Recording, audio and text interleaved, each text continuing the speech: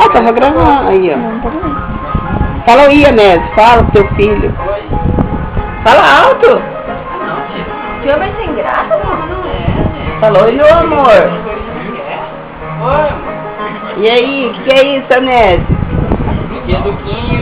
Mostra tudo aí, mostra a mochila pronta para os correios.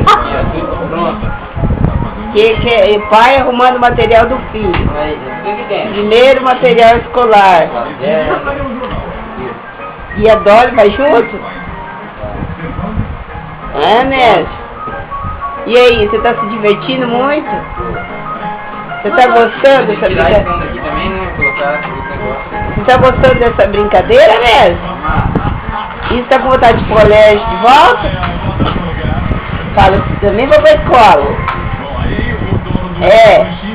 E conta pra nós aí, o que é isso? Dança! Levanta, dança!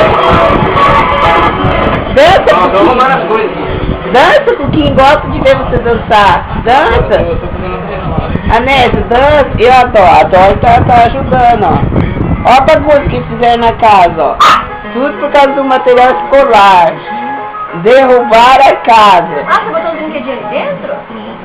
Mas vocês estão no caso da minha mochilinha? Ó. É mochilinha, mochilão. Ah, é só os cadernos ainda, né? Mochilinha. Mochilão. 4, 5 cadernos, né? Pronto. É claro. Esse é o material do Érico Luciano Polito Ribeiro. Vou falar de novo, porque ficou errado. Érico Luciano Polito Ribeiro.